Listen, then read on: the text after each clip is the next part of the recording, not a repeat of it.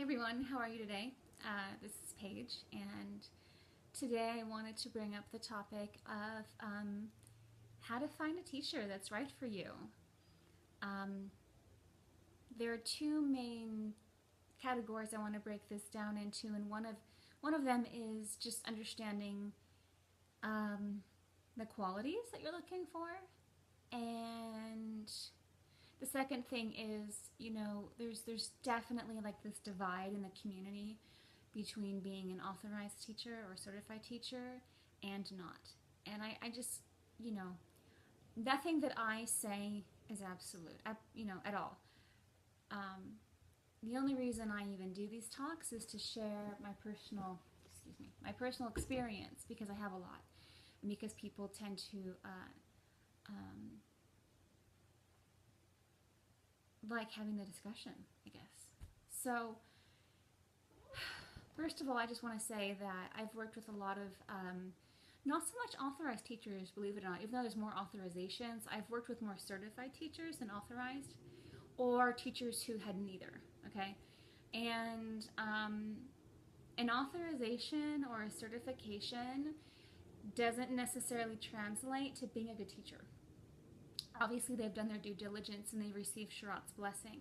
But there's a lot more that goes into having the qualities of a good communicator, someone who has kind of gone the spectrum themselves, who understands how to be compassionate and nurturing to those who are on their mat in their process. There's just so much more that goes into it.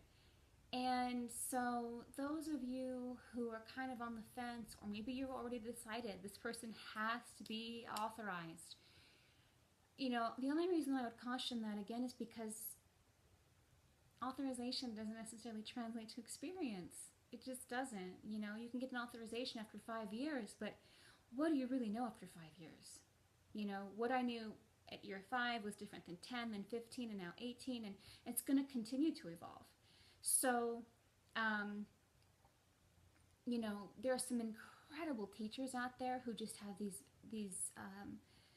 inherent ways of translating the practice and giving a student what they need, who don't have that blessing, okay? And it's not necessarily because they were denied it. Some people, like myself, I haven't even taken the time to go to Mysore. I've been to India, but I have lost all interest in going to Mysore ever since Guruji passed away. It just hasn't been there, and I keep trying to manufacture this like need to go, and it's not happening. So if it does happen, I'll go, but if it doesn't, then I'm not going to force the trip.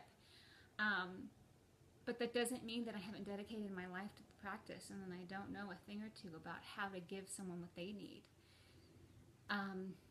In fact, some of the best things I've learned came from non-authorized or certified teachers, and it's because they just had dedicated their life to the practice and they had a lot of experience to share. So I do want to caution that. I understand that that's kind of the rule that Sharat has put into play, and maybe there's some magical reason behind it, and maybe there's not, okay? And I don't want to get into politics, that's not what this is about, but anyone who exists in human form is subject to human flaw. That includes Sharat and Guruji. I have the utmost honor and respect for what they have done for the community, but they are still human beings, okay, and they are still subject to having flaws. So just keep that in mind. Give yourself permission to be skeptical about, those with authorizations, those without authorizations, whatever. Give yourself permission to question, pretty much anything, because at the end of the day, it's still your practice, right? And then beyond that, I wanted to discuss, obviously, the qualities of finding a good teacher. For me, whenever I'm looking for a good teacher, I really kind of assess like where I'm at in my life and how my practice can kind of relate to that, and how I can, like, I guess, cultivate certain qualities through my practice that can then ripple into my life, okay, that can like domino into my life. I think a really good example of that would be when I decided to start working with Maya Heiss, who's a certified teacher out of Venice Beach, and she's fabulous. You know, I had hit a plateau in my practice, and I just felt like something needed to give. And I loved my practice, but I couldn't quite put my fingers on what needed to change. But I knew, one thing I knew instinctively was that I was kind of tired of manning my way through life, right? You know, I'm an Aries and I'm kind of an alpha, and I had found that I was coming from a very male-oriented place a lot of the time to get things done, and I didn't want to do that anymore, okay? I was tired of being strong like a boy, if that makes any sense. I wanted to be strong like a girl, and I wanted to really start to fully embrace more feminine qualities. And that translated to learning much more softness in my practice, right? And even now as a teacher, if someone wants to be strong, you know, or a female in particular, you know, one of the things I try to instill in them is how to do it as a female as opposed to a male. Now granted, if they want to learn how to power and muscle through like a dude, I can do that, okay? But it's not exactly in my highest and best interest anymore to operate that way. I'm getting older. I'm you know, learning how to nurture myself much more. And so when I was at that plateau of crossroads, all I knew was that I needed to change and I needed to soften. And Maya was perfect for that, you know. She's the first to tell you that, you know, she doesn't have that kind of inherent umph to her, you know. She jokes, and these are her words, you know. I feel like a fawn trying to use my legs. Meaning that she didn't have the same kind of power structure that a lot of us just inherently do have, right? And she had a completely different experience with Guruji, was taught a completely different way to move in and out of asana. And her relationship to the practice was totally unique to anything else I had ever been through or with any teacher. And I just fell in love with that process because it, you know, was everything I was looking for. Just when I thought I couldn't give more, right? Like whether it was like stretching further or going deeper, I was asked to give more, and I did. And I really liked that because there was this incredible experience of surrendering without losing power, right? So you're giving in but not actually giving up. And just learning how to soften in ways that I didn't even know I could. And so I was able to cultivate that, and I'm so grateful. You know, these days I work with Ralph Craig, who is not authorized. He was one of Richard Freeman's students, and he's amazing. And he has a unique gift. Every time I get a new pose, he tells me the Sanskrit name and the history behind it, you know, the mythology behind it. No one's ever done that for me. So I get like this total philosophical education every time I learn a new pose, right? And that's very Richard Freeman-like to do that. And so that's a unique experience to have. No one will tell you drishti better than Noah Williams. I mean, he's just on point with breath count and drishti. And he has had some pretty incredible experiences with Guruji as well. So my point is that every teacher has a different strength and a different gift when it comes to communicating the practice. And, you know, on that flip side,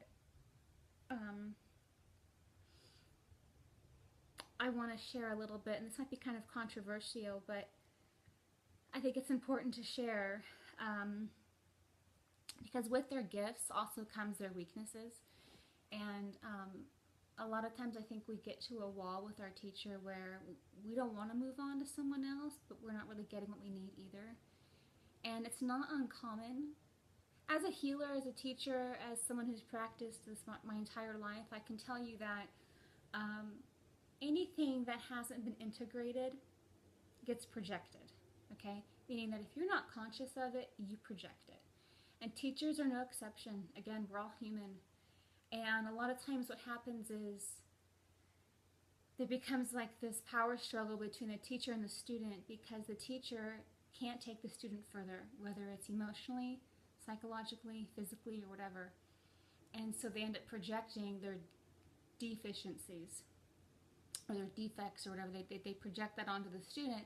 And then the student's left kind of confused, like, well, wait a minute, like, what's wrong with me? And it's not about you. If a teacher is telling you that it's not important to ever learn Karanavasana fully, I can guarantee it's because they don't know how to do it. If a teacher is telling you that, catching your ankles and back bends is not important, it's probably because they injured their low back at some point. If a teacher is telling you that, I don't know, fully executing a pickup and drop back is stupid, not necessarily not necessary, but just stupid, it's coming from their own insecurity, and I'm very mindful of this when I observe people, because I don't like to get in situations where I'm reacting to other people's stuff, so I'm sensitive to it. But it's not uncommon. A lot of times it happens more male on male or female on female, where now the student is kind of shining a light on the area that the teacher hasn't fully integrated or strengthened, and then that becomes an issue. So be aware of that. Every teacher is going to have some incredible gifts to share, but they're also human, and they're going to have some weaknesses. And so it becomes your job to decide what you want to gain, what you need to gain, and if you hit a point where you feel like you're outgrowing your teacher, to just honor that and know that, like, that's part of the process. You're going to grow and change, and that's okay. And,